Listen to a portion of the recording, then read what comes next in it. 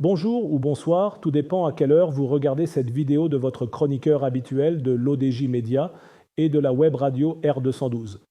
Ma chronique, un sujet qui a enflammé les réseaux sociaux. Le Maroc a-t-il frôlé une nouvelle crise sociale? De quoi s'agit-il? Eh bien de l'affaire des motos saisies et d'une décision suspendue.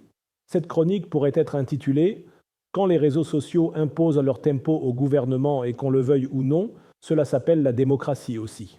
En l'espace de quelques jours, une campagne de saisie de motos non conformes, lancée par l'Agence nationale de la sécurité routière, a mis le feu aux poudres. Des centaines de vidéos ont circulé en ligne, montrant des conducteurs humiliés, des véhicules saisis par la police et un sentiment d'injustice généralisé. La contestation a rapidement pris de l'ampleur, au point que des collectifs de motocyclistes appelaient à une manifestation nationale ce dimanche. Face à cette montée de tension, le chef du gouvernement a pris une décision sage et radicale: suspension immédiate de l'opération, ouverture d'une période transitoire d'1 an et annonce d'une révision des modalités de mise en conformité. Officiellement, il s'agit d'un geste de sagesse pour éviter l'escalade. Officieusement, c'est une gaffe technopolitique de l'agence et un signal adressé à l'opinion. Le pouvoir central reste à l'écoute. Mais derrière cette apparente maîtrise, l'affaire révèle une réalité plus troublante. Un gouvernement moins serein en fin de mandat, des institutions qui s'entrechoquent et des réseaux sociaux qui, de plus en plus, imposent leur tempo. La décision de lancer cette campagne ne venait pas directement du ministère du Transport. Selon plusieurs sources, elle a été initiée par la NARSA, structure autonome en apparence technique, mais au cœur des politiques de sécurité routière. Sa direction aurait décidé d'accélérer la mise en conformité des deux roues. En théorie, l'objectif est légitime. Les motos non immatriculées ou non homologuées représentent un danger pour la circulation. Elles sont impliquées dans une part importante des accidents urbains. Mais en pratique, la méthode a été brutale. Confiscation immédiate, sans concertation, ni délai suffisant. Résultat, la mesure a surtout touché les couches les plus fragiles. Pour des milliers de jeunes, leur moto n'est pas un luxe, mais un outil de travail pour livrer, se déplacer, transporter. Confisquer l'engin, c'est couper la source de revenus. Le symbole est lourd, l'État qui s'en prend aux plus faibles, pendant que d'autres grands dossiers semblent intouchables. Abdel Samad Kayou, ministre du Transport et de la Logistique, n'a pas caché son agacement. Depuis sa nomination, il s'efforce de donner une image d'écoute et de proximité. La décision de la NARSA l'a placé dans une position inconfortable, prise en défaut, alors même que c'est son département qui aurait dû piloter la stratégie. Le ministre aurait alerté très tôt sur le risque social. Pour lui, il fallait d'abord lancer une campagne de sensibilisation, proposer des incitations à la régularisation et donner un délai suffisant. Mais ces recommandations ont été balayées, semble-t-il. Pire, l'agence, soutenue par certains réseaux, a agi comme si elle pouvait imposer sa loi. L'affaire met en lumière un vieux problème de gouvernance marocaine. Les agences autonomes, créées pour dépolitiser certaines politiques publiques, finissent parfois par rivaliser avec les ministères eux-mêmes. Le cas de la NARSA n'est pas isolé.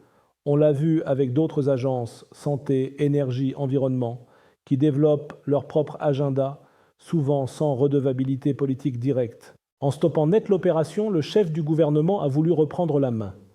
Le calcul est double. D'une part, désamorcer la crise sociale. À quelques mois des élections de 2026, la coalition ne peut se permettre une mobilisation nationale qui aurait rappelé le spectre de certaines protestations précédentes, toujours en mémoire chez les Marocains.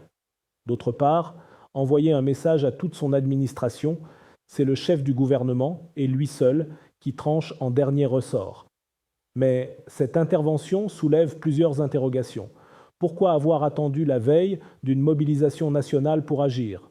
Pourquoi n'avoir pas anticipé les risques alors que les vidéos virales circulaient depuis des jours? En réalité, la décision traduit une forme de doute. Le gouvernement n'a pas choisi, il a reculé sous la pression. C'est factuel, mais c'est tant mieux. Cette impression d'hésitation pourrait être lourde de conséquences, car elle nourrit un récit nihiliste et dangereux. L'État n'agit pas par conviction, mais agit par réaction. Ce qui est évidemment faux, car personne ne peut demander à un gouvernement d'ignorer la réaction de ses citoyens. Depuis quelques années, les réseaux sociaux jouent un rôle croissant dans la fabrique des décisions publiques. Cette affaire en est l'illustration parfaite. Ce ne sont ni les débats parlementaires, ni les communiqués officiels qui ont déclenché la suspension, mais la viralité des vidéos et la menace d'une mobilisation. Autrement dit, le pouvoir politique réagit désormais aux signaux numériques. Cela peut sembler une preuve de réactivité démocratique, mais c'est aussi une culture à banaliser. Un État qui gouverne par réaction ne perd pas forcément la maîtrise de son agenda. Mais il faut absolument que la politique du buzz finisse par s'imposer aux stratégies de long terme. En l'espèce, les réseaux sociaux ont rappelé une vérité simple. Les classes populaires, souvent ignorées dans les grands débats, ont trouvé dans la moto un symbole de dignité. Toucher à ce symbole, c'est risquer une explosion. Faut-il pour autant abandonner toute idée de régularisation? Certainement pas. Le Maroc connaît un taux d'accident de la route parmi les plus élevés de la région. Les motos non conformes en sont un facteur aggravant. Mais la solution ne peut pas être la répression aveugle.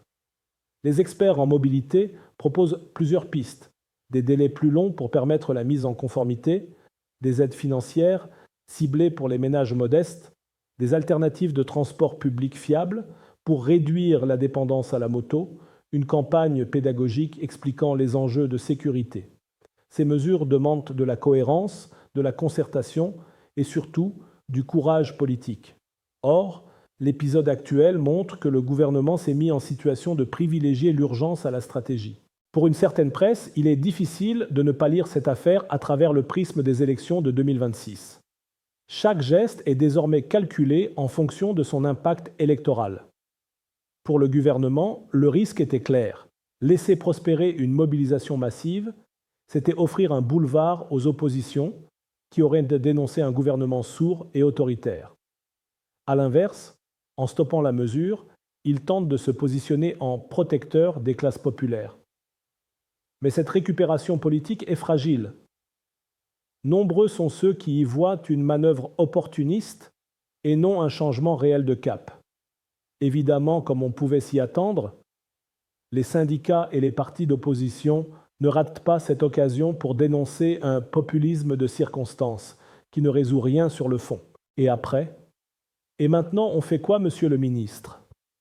Si Abdel-Samad Kayou a annoncé qu'une nouvelle note ministérielle était en préparation pour encadrer les futures mesures. En clair, le ministère veut reprendre la main sur le dossier. Les motocyclistes, eux, se méfiant. Beaucoup craignent que la suspension ne soit qu'un sursis et que la répression revienne après les élections. Au fond, cette affaire pose une question plus large. Comment concilier sécurité routière, justice sociale et crédibilité politique? Tant que ces trois dimensions ne seront pas alignées, chaque décision restera fragile, exposée à la contestation. Pour moi, qu'on le veuille ou non, cela s'appelle la démocratie. La suspension de la saisie des motos n'est pas une simple mesure technique, c'est un révélateur du système décisionnel marocain. Des agences puissantes, un ministre politique, un chef du gouvernement en pompier, les ruelles des réseaux sociaux en arbitre, tout y est. Ce n'est pas seulement une affaire de deux roues, mais un miroir d'une gouvernance tiraillée entre technocratie, populisme et peur de la contestation spontanée et surdimensionnée. Reste à savoir si le Maroc saura transformer cette crise en opportunité pour améliorer sa manière de gouverner, ou s'il ignore simplement cet épisode, au risque de voir les réseaux sociaux écrire à sa place le prochain chapitre. Bon, voilà, c'est fini pour cette chronique de votre chroniqueur habituel de l'ODJ Média et de la web radio R212 qui persiste et signe. Qu'on le veuille ou non, cela s'appelle la démocratie. Alors, à la prochaine si vous le voulez bien. Et merci encore de suivre de plus en plus ce podcast